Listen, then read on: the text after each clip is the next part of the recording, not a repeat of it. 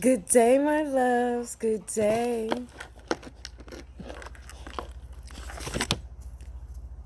I hope you are well. I really do.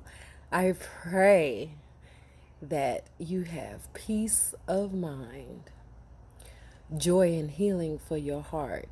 And I say that because I still recognize that there still needs to be some healing. So I'm going to go ahead and put that in there. But we on the joy part now, too. So, that's okay.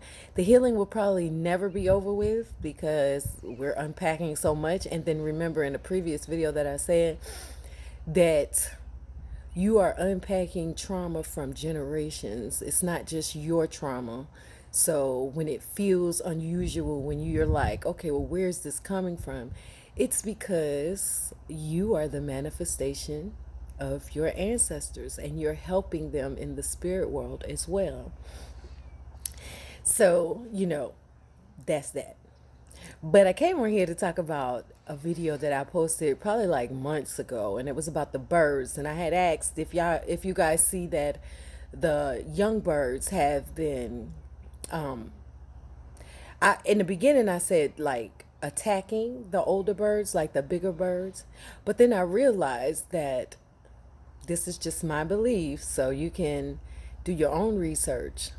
But I watched them because I sit outside a lot of the times and there's always birds in my neighborhood.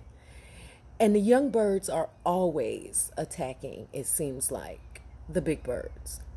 And then I'm like, I've never seen the big birds attack the little birds, which is unusual because they don't even defend themselves.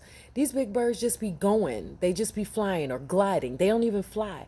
I've not even noticed them flap their wings really. I see them high in the sky. Like right now, I'm looking at one and it's like high in the sky, but it's not flapping its wings. It's not doing anything. How long can a bird glide? I was curious about that. But it looks like the to me, and this is just my assumption, unless I catch one of them birds, I won't know for sure. I was watching a video, few of them, and a lot of them were talking about how some of the birds aren't real. Like they're I had the word in my head earlier today. Um auto is it auto mechanic? Mechanical, something like that. They're mechanicals. They're not real birds, which would explain why they don't defend themselves, which would explain why they don't have to flap their wings to fly. Like, so I get a bird's eye view, literally. For one, there's a bird's nest up above me, and I see them building their nest and everything. And I seen the matter of fact, two of the little babies had gotten out of their nest and they were like dead on the ground. They weren't supposed to come out their nest, and they were skinless. They didn't have any feathers. They had like a few, but they were so little and tiny, you can tell they just fell out of their nest. They got ahead of themselves. So I watch birds all day, every day. I see all kinds. I see blue jays, I see red, I see and the ones I'm talking about, they're black and then they have a beak that's like yellow. Now I have baby ones that fly around and they land here and they, you know, pick up food or whatever. I don't ever really see the big ones land. Now I see them in trees, but I don't never see them eating. Like I may be just overanalyzing, but I don't think so. I don't think so. I don't know what it means, but that's just my observation. So do let me know down in the comments, guys, whether or not you've witnessed or seen anything similar. I know in my last video, someone commented. Let me know if you've noticed anything else, okay? If you've seen anything else that looks weird or out of the ordinary. Now, weird and out of the ordinary could mean so many different things. It's such a wide realm, but something that seems unusual to you that you've not witnessed or seen before. That's what I'm looking for. But yeah, I got this good breeze coming in. I got my fan on. I just ate. I had my tea early this morning and some water. I didn't eat a piece of fruit, but I'm being stingy with my fruit with myself because I want it to last a long time, but that's not the way to be. So I'm most likely going to eat a piece of fruit today. I'm not quite sure which one. But right now I'm just relaxing. That's it. It's a gorgeous day outside, though. I done sat outside like 20 different times. I go back and forth because I love outside, but it be so hot sometimes, and my room is cool. Because right now the sun is not beaming in. The sun is right over top of the house, so that's perfect. I still get the sunlight, the glow. You see the glow? You see the glow? And then, it's cooler. I think today I must, when you're healing, it's kind of hard. It really is. And I'm going to be honest and 100% transparent with you guys. That sound like my cat coming in. No, that's Cash messing with the dogs next door. Um, I started in the beginning. I was like, and I'm still full of life, but I was just like, dancing around and everything. And then I went into like, to me, it was a somber mode because I don't like being that. But it took for me to do that in order for me to get to know myself, right? And so now it's like kind of like I'm coming out of my shell, I guess, again. Because if you go in earlier videos, you see me dancing and singing and doing all kinds of stuff. I wonder if but that was before I knew what was going on. And when you find out what's going on, it rocks your whole world, or at least it did for me. And I had to take a moment back. But your girl is back. So I'm going to have some cooking videos coming up for you. Some things that I've been doing here. And a lot of the things has been just making all of my own things because, for one, I trust the ingredients. For two, I'm gluten free and vegan. And for three, I didn't have the money to continuously buy the product. So I had to figure out a way that was cost effective. And what was cost effective was me buying the ingredients and making the products myself. So I'll walk you through, and they're my condiments, right? So I'll walk you through at some point in time, but I make a lot of vegan dishes, and now I'm expanding my palette because I've included mushrooms. And I wasn't a big fan of mushrooms, but I'm into all kinds of mushrooms now, y'all. So yeah, I'll be singing and dancing for you guys. Actually, for myself, y'all just witnessing it because it's how it's part of my therapy. Now, I'm from the 90s when it was Atlanta based music, so don't judge me when you see me popping, okay? Or when you see me doing the booty bounce, booty bounce, booty, booty, booty bounce. Because I love dancing. Check out my movie, y'all. I posted it. Did I post it? I think I did. But it's also on my Twitter channel too. So if you have a moment, go check it out. I was just dancing, vibing to some tunes, and enjoying myself. Enjoy yourself. Listen, in this world, you gotta enjoy yourself. You have to. And you can't let nobody steal your joy. They're going to see you having fun. They're going to see you laughing and all kinds of stuff. And if they not happy, then they're going to want to stamp on your parade. But you can't allow that.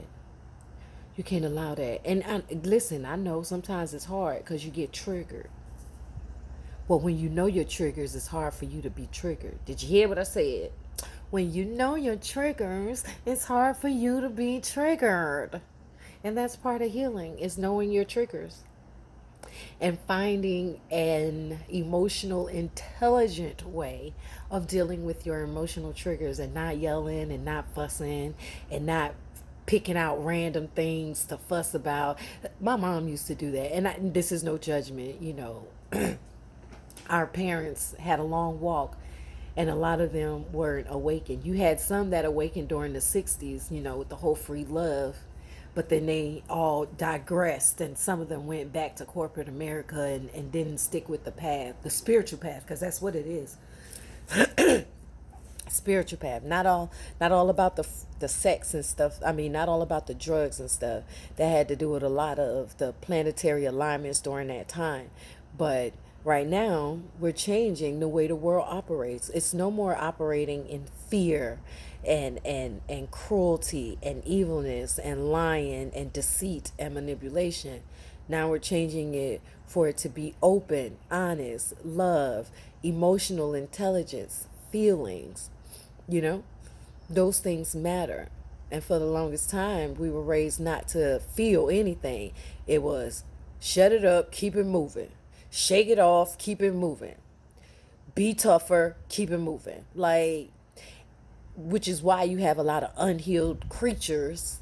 And I meant to say that. You have a whole lot of unhealed creatures walking this earth. And then they want to dump their unhealedness and their toxicity onto you because you are a light, you are an empath, you are a gift from God. Period. And you can't allow it. Not saying to be ugly and mean and ornery, because if you do that, then that means you're just like them. And I had a period where I was just operating just like them because I was mad. Okay? But then once you get past the madness, you come back to yourself.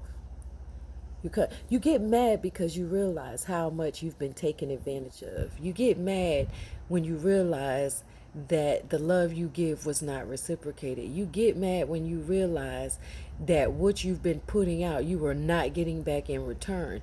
You get mad. You get mad at those that you feel have done you wrong, and then you get mad at yourself. And so when you get past that, and when you see that there is a bigger picture, and that this was for the benefit of you and for your growth and for your overall spiritual path to bring you closer to the Most High, you look at things through a different lens. You don't take no BS, okay? I'm not saying that. And you don't accept no crap from nobody. But you have empathy for people who are still stuck in the old ways. You have empathy and compassion for those that do not see that there is a bright light and that there is magic all around us. You have compassion and empathy for those that are still struggling, trying to find their path and trying to discover who they are. But just because you have empathy and compassion don't mean you allow people to talk to you any kind of way, treat you any kind of way, make you feel any kind of way, and just period. You don't allow anything like that. You stick up for yourself. You speak the truth, your truth. Whatever that may mean, whatever your truth is, do not be ashamed or feel bad for honoring your truth. Do not. You can't. You still treat people with kindness and you still treat them with love and respect, but you do not allow anyone to diminish your light intentionally or unintentionally. You correct it and you nip it in the bud. Now, listen. This is not going to come easy because I'm telling you from my own experience. It's not going to come easy because you've had your walls down around certain people that you should have had your guards up. And so and it's boundaries, basically, walls. So let me not use the word wall because wall is like blocking out. Let me use the word boundaries. But there are some that you are going to have to block out. Block out. When every time they come to you is with toxic information. They don't come with you with nothing positive. They don't come asking if you're okay. They don't ask nothing but they come with that toxic stuff. Nip it in the bud. Do not engage. Speak your mind, speak your truth, but do not engage in the emotional manipulation that they're trying to get you in. They're trying to piss you off. They're trying to get you mad. They're trying to get you to feel abandoned. They're trying to get you to feel isolated. They're trying to get you to feel unloved. They're trying to get you to feel all those things that they themselves are feeling and don't know how to deal with it and probably don't even know that that's what they're feeling. But when you can go throughout your day and you are excited and you're happy and you're dancing and you're cooking and you're singing, and then a situation may occur, do not allow it to steal your joy. Go back to you singing and dancing and all that stuff. Because that's what the enemy wants. What they say, the devil comes to kill, steal, and destroy. Yeah. But they've given the devil such a fictitious image that you don't recognize the devil when it's standing in front of you in the image of a family member or in the image of a lover or in the image of your child.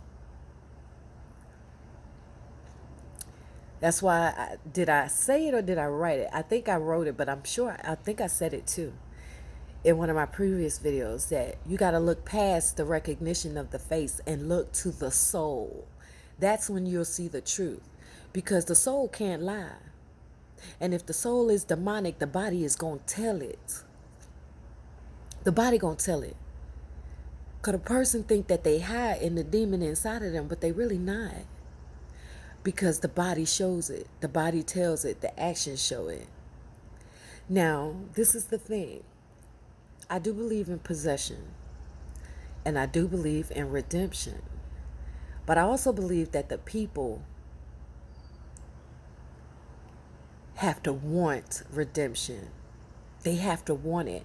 Just because you want it for them, just because you want your family to be in the know, and just because you want your family to be woke, and just because you want them to live righteous, and just because you want them to eat healthy and take their health into consideration physically, mentally, emotionally, and spiritually, just because you want those things for them people, if they don't want it themselves, honey, you are fighting a losing battle. Seriously. That is one of the hard lessons that I've had to learn in my 40-something years. And so for you not to repeat 40-something years, I'm telling you right now. Now, you can take for what I say and apply it to your life and test it. Test it. I bet if you fell on hard times right now, the people that you did the most for would not pick up anything to help you. Nothing. And don't let them gaslight you either. Because some people will think doing the bare minimum is efficient. It's sufficient. The bare minimum is never good. It's a testament to who you are as a person. And that goes not just in relationships, that goes in life. That goes in your jobs, your other relationships. That goes in everything. In everything where you need to work with another person. Okay? And that was just a tidbit. It went on to a whole nother thing because I wanted to just talk about the birds and what I was noticing. But, that's okay. Oh, little beetle. I be feeling sad when they, come on. Oh, get on out there. Hold on, y'all. I'm not trying to kill the beetle. It's a black beetle. Can y'all see it? I don't know if y'all can see it. I get all kinds of wildlife in here. I hope y'all can see it. Can you see it? I get all kinds of wildlife, and I politely return them back to the wild. Like, when I went to, and I'm telling you, I wasn't always like this, because I would have killed this beetle already. I really would have.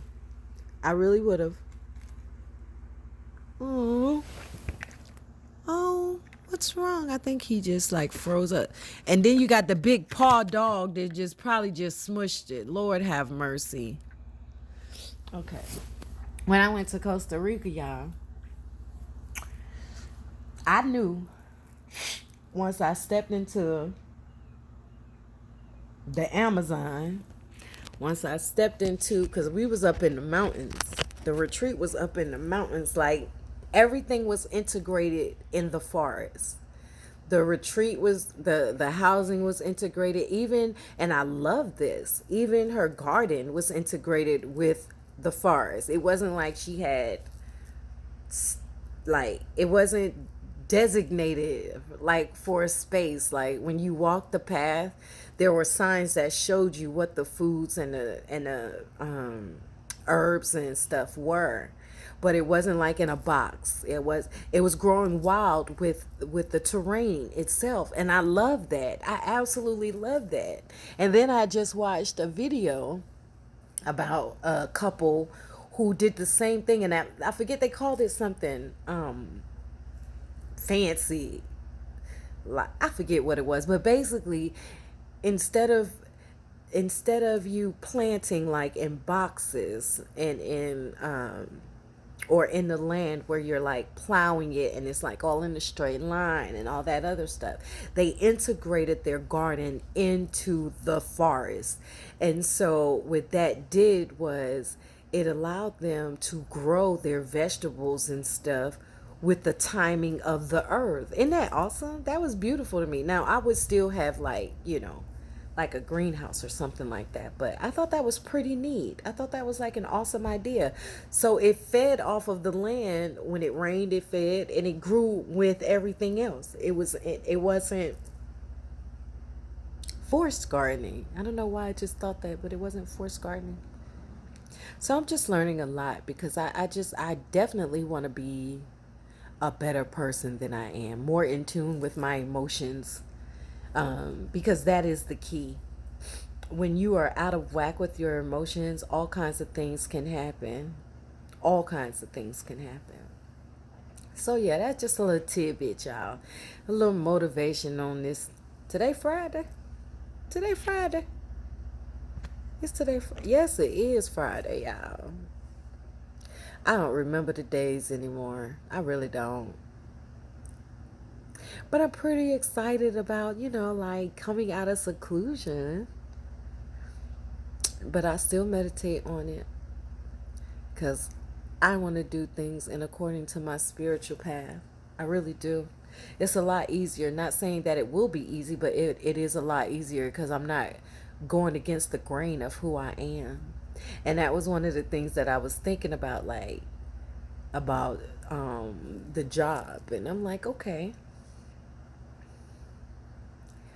But it's totally me. It's totally me. But we'll see. I'll meditate on it. Because if it's not in alignment, then it's a no-go. And that's one of the most difficult things you'll have to do too. There's so many difficult things, but that's one of the most, because when you're on your spiritual path and you are able to see past the illusions, and you can see the spiritual ramifications of what you do, what you say, where you go, and who you do it with, sometimes you will have to turn things down that look like it's a gift.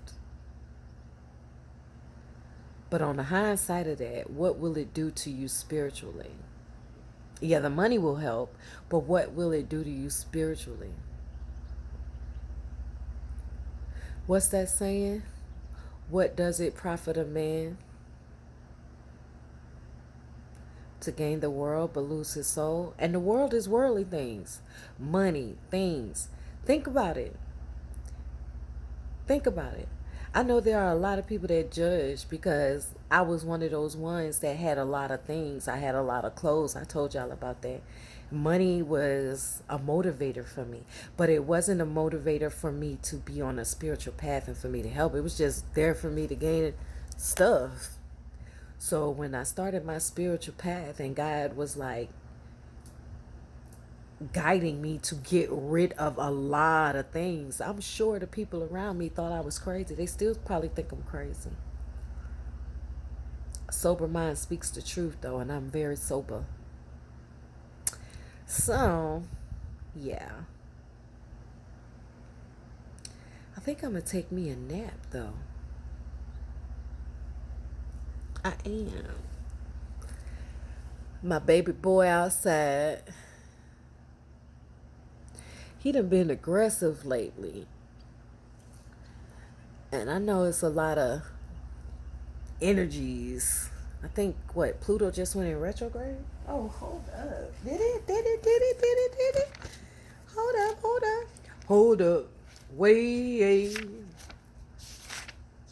We don't play. Let me see.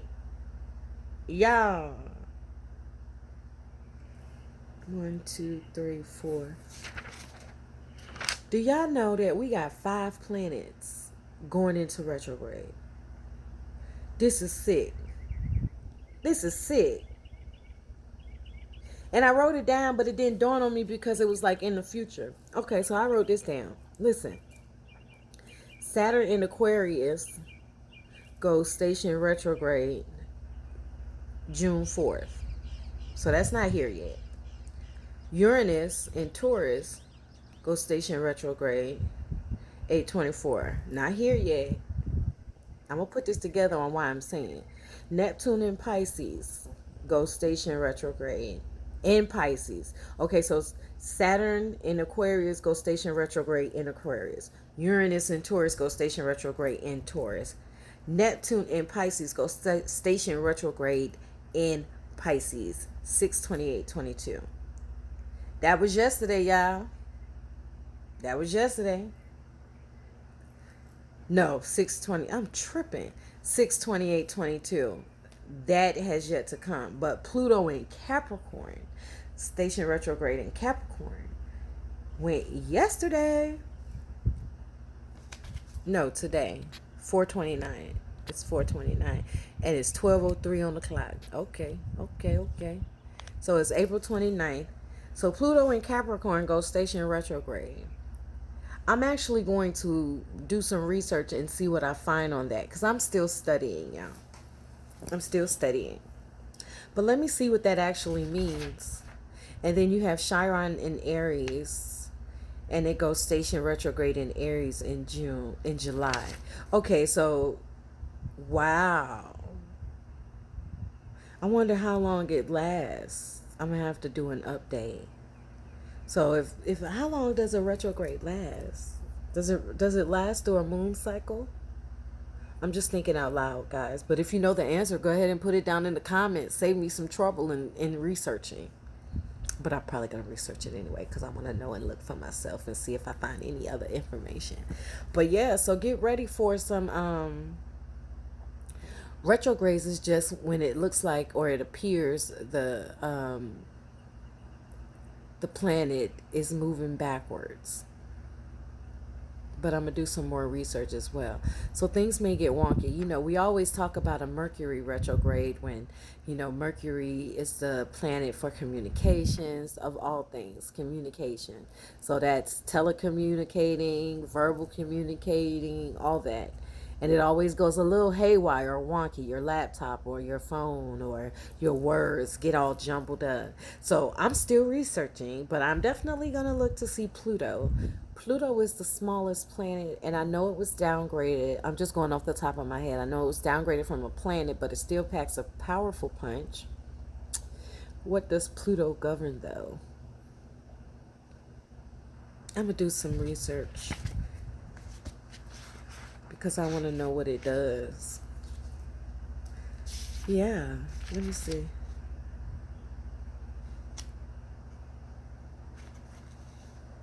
Pluto in Capricorn.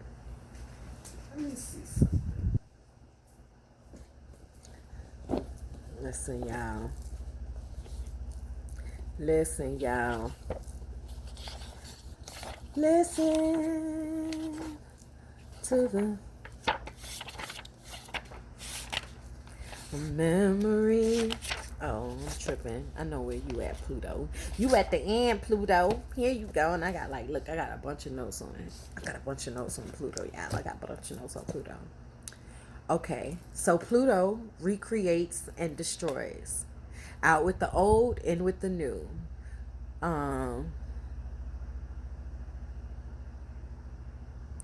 Pluto may be little, but it packs a punch.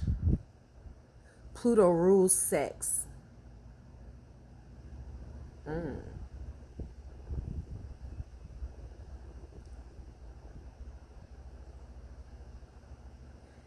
Relationships and transformation.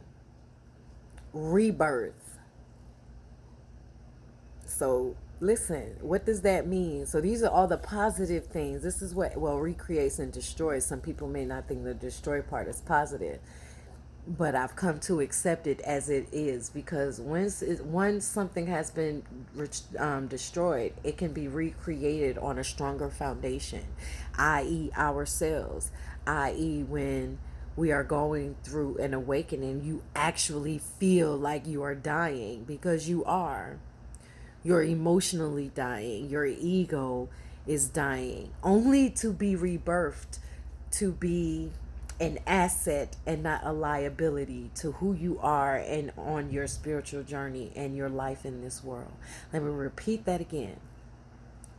It will feel like you are dying because your ego, as it was created from being in your mom's womb and being out in the world and all the lies and indoctrinations that you've gone through, and now that you're awakening, all those things are being destroyed.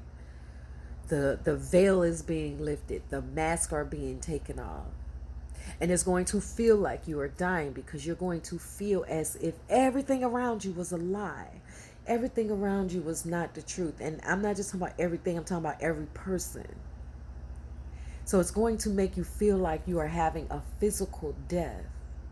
Oh, but wait. Oh, but wait. After your ego dies, and that's basically you killing off the part of you that, not killing off, that's not the right word I want to say. You are healing, because you're not killing it. You're healing off the broken pieces. You're healing off the holes in your soul. You're healing off trauma. And once you heal that, you can rebuild the foundation of who you are on truth, and not the lies that you were told and fed and subjugated to. That's what I want to say. So yeah, I'm going to do some more research on this just to see, because again, I am new to this, but I'm true to this. Because I tell you what, I don't care what anybody say. When I found, now, besides looking in the Sunday paper and reading your current, prediction, I never delved into astrology at all. But when I did, when I tell you, my chart described everything I went through from childhood up to now. That's how I knew that the family that I was born in was actually karmic. They are a karmic family, meaning I had to pay a debt from a previous life. I don't know what that debt was yet, yo.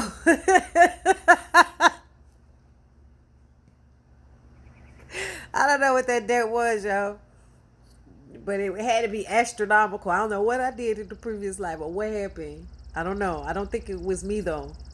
I really do think I was kidnapped. But okay, that's a whole nother story. But anywho.